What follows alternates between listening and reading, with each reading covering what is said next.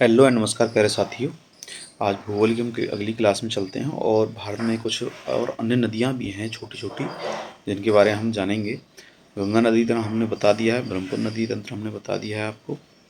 और अब हम चलते हैं दक्षिण भारत की जो नदियाँ हैं उनके बारे में। तो चलिए शुरू करते हैं। तो इसका पहली लाइन है कि सतलज नदी का उद्गम तिब्बत में कैलाश पर्वत एवं मानसरोवर झील के निकट स्थित राकसताल या राक्षसताल झील है। ठीक है, किसका? सतलज नदी का उद्गम क्या है? कैलाश पर्वत एवं मानसरोवर झील के निकट स्थित राक्षसताल वो है इसका उद्गम स्थल। यह उत्तर पश्चिम दिशा में बहते हुए शिवकिला के पास हिमाचल राज्य में प्रवेश करती है। कहाँ से? हिमचला के पास, शिवकिला के पास, हिमाचल में। कौन? सतलज नदी उत्तर पश्चिम दिशा की ओर बहती हुई। ठीक है, यह हिमालय की श्रेणी को काटकर गहरे गार्ज का निर्माण करती है। यह भारत में ब्यास नदी के जल को एवं पाकिस्तान में रावी, झेलम तथा चिनाब के जल को संग्रहित कर मिठनकोट यानी पाकिस्तान के निकट सिंधु से मिल जाती है। इसकी कुल लंबाई 1500 किलोमीटर है। ठीक है, सतलज नदी। अगला, सोन नदी की उत्पत्ति मध्य प्रदेश के शहडोल जिले में अमरकंटक के पास से हुई है। ये ही पॉइंट याद करने वाले हैं, शहडोल जिला, अमरकंटक। ठीक है, सोन नदी की जो उत्पत्ति हो मध्य प्रदेश में शहडोल जिले में अमरकंटक से। सोन नदी मध्य प्रदेश में उद्गमित होकर उत्तर प्रदेश, झारखंड और बिहार से प्रवाहित होते हुए पटना के समीप गंगा नदी में मिल जाती है। तो ये किसकी सहायक नदी है? गंगा की सहायक नदी। कहाँ पे मिल जाती है? पटना में जाकर गंगा से मिल जाती है।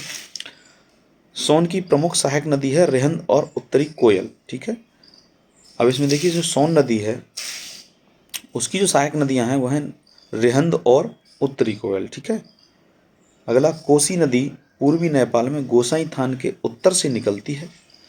कोसी की जो लंबाई 720 किलोमीटर है। भागलपुर यानी कि बिहार के समीप यह गंगा में मिल जाती है। कोसी नदी की 7 धाराएं हैं जिनमें अरुणा प्रमुख हैं। यह नदी अपना मार्ग परिवर्तित करने तथा आकस्मिक बाढ़ लाने के लिए प्रसिद्ध है। कौन सी नदी? कोसी नदी। इसलिए इसे बिहार का शोक कहा जाता है। कोसी नदी कहाँ से निकलती है भैया? गोसाई थान के उत्तर से निकलती है, नेपाल से, जिसकी लंबाई 720 किलोमीटर है। ठीक है, और ये भागलपुर के पास ही गंगा में जाके मिल जाती है। अगला देखते हैं कि दामोदर नदी का जो उद्गम है वो छोटा नागौर पठार से होता है। यह नदी भ्रंश घाटी से होकर बहती है।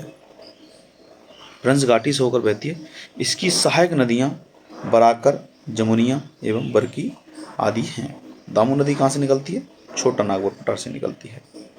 दामो नदी अंत में रूपनारायण नदी के जल को संग्रह करती हुई कोलकाता के 55 किलोमीटर दक्षिण में हुगली से मिल जाती है। कौन सी नदी? दामोदर नदी। किससे मिल जाती है? हुगली से मिल जाती है। ठीक है, दामोदर नदी की कुल लंबाई 592 किलोमीटर है।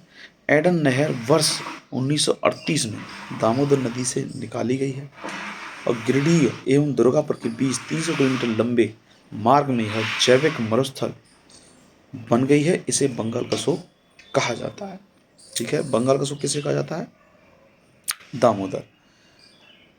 ठीक है, अगला, हगरी नदी पश्चिमी घाट से निकलकर कर्नाटक और आंध्र प्रदेश से प्रवाहित होते हुए तुंगभद्रा नदी में मिल जाती है। ठीक है, तो तुंगभद्रा की जो सहायक नदी हो गई आपकी हगरी नदी।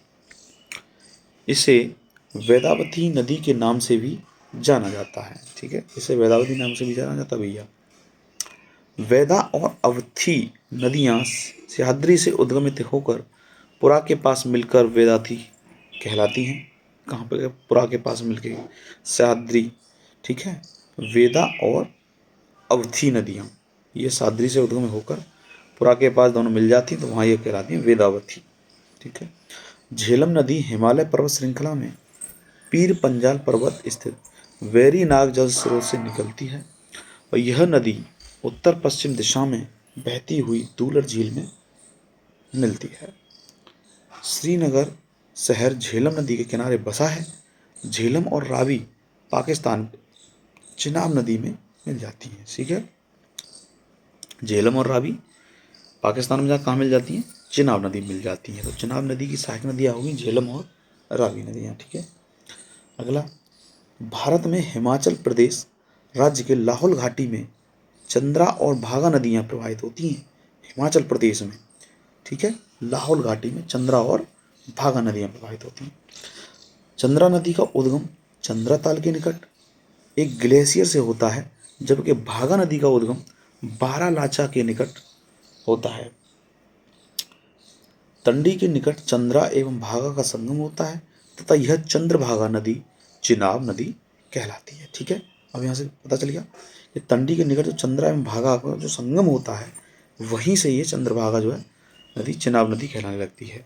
तो झेलम की जो सहायक नदी किशनगंगा है, जिसे पाकिस्तान में नीलम कहा जाता है। ये बहुत ही इंपॉर्टेंट क्वेश्चन है कि पाकिस्तान में जो नीलम कहा जाता है वो कौन सी नदी को कहा जाता है।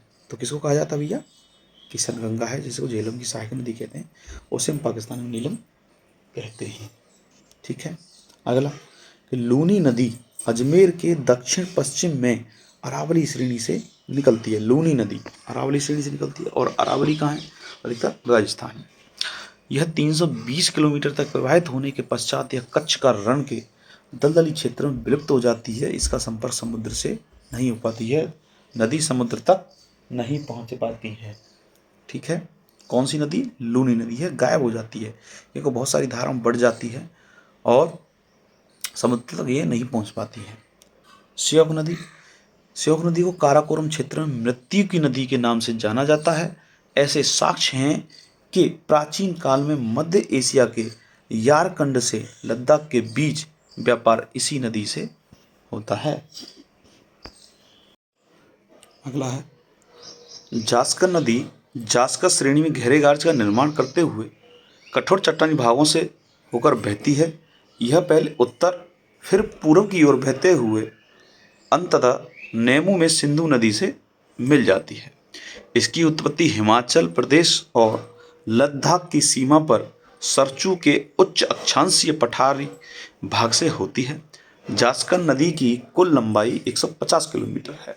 अगला है, स्पीति नदी लगभग 4551 मीटर ऊंचे कुंजम दर्रे से निकलती है और 60 मील बहने के पश्चात यह हिमाचल प्रदेश के किन्नौर जिले में नामगिया गांव के पास सतलज नदी में मिल जाती है। काली नदी पश्चिमी घाट पर्वतीय क्षेत्र में स्थित उत्तर कन्नड़ जिले के डिग्गी गांव से उद्गमित होकर चाप के आकार में पश्चिम की ओर प्रवाहित होकर अरब सागर में मिल जाती है। इस नदी की कुल लंबाई है 184 किलोमीटर। कौन सी? काली नदी। ठीक है, पश्चिमी घाट में। संकोच नदी उत्तरी भूटान से उद्गमित होकर असम और पश्चिमी बंगाल के बीच सीमा बनाती है। कौन सी? संकोच नदी। ठीक है, असम बांग्लादेश सीमा के निकट ब्रह्मपुत्र नदी में मिल जाती है। ठीक है। माही नदी मध्य प्रदेश से उद्गम होकर खांडू के निकट राजस्थान के बांसवाड़ा जिले में प्रवेश करती है। यह नदी नरवाली तक बहने के पश्चात दक्षिण पश्चिम दिशा की ओर गुजरात से प्रवाहित होती है और खम्बात की खाड़ी में ये गिर जाती है। ठीक है। मीठी नदी मुंबई स्थित विहार झील के आधे प्रवाह से उद्गमित होती है और 2 किलोमीटर के प्रवाह के बाद इसमें पोवई झील का पानी भी इसमें अधिप्रवाह के चलते मिल जाता है और यह कुल 18 किलोमीटर की दूरी तय कर माहिम खाड़ी के पास अरब सागर में मिल जाती है। तेल नदी महानदी की एक प्रमुख सहायक नदी है। कपिली यानी कोपिली नदी ब्रह्मपुत्र नदी की सहायक नदी है। कामरूप नगर इसी नदी पर अवस्थित है। ठीक है। नदी उद्गम और संगम, सिंधु नदी उद्गम होती है तिब्बत से मानसरोवर झील के निकट अरब सागर में जाके ये मिल जाती है।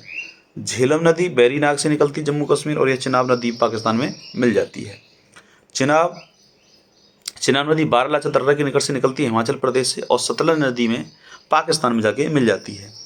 रावी नदी रोहतांग दर्रे के निकट निकलती है हिमाचल प्रदेश से और चिनाब नदी पाकिस्तान में जाके मिल जाती है। ब्यास नदी ब्यास कुंड रोहतांग दर्रे से निकलती है हिमाचल में और सतलज नदी में जाके पाकिस्तान में मिल जाती है। सतलज राकस ताल से निकलती है तिब्बत से और यह सिंधु नदी में जाके मिल जाती है। लूनी नदी अरावली श्रेणी से निकलती है और कच्छ के रण में यह गायब हो जाती है। माही नदी मध्य प्रदेश से निकलती है और खम्बात की खाड़ी में गिर जाती है। सिंधु नदी की जो सहायक नदियां हैं वो झेलम, चिनाब, रावी, ब्यास, सतलज, जास्कर, श्योक, नुब्रा, गिलगित, हुंजा, काबुल आदि हैं। झेलम की कौन सी है? किशनगंगा है। और सतलज की स्पीति है। तो ये रहा आज का हमारा सेशन। आपको अच्छा लगे तो प्लीज़ लाइक करिए और चैनल को सब्सक्राइब कीजिए। जय हिंद दोस्तों।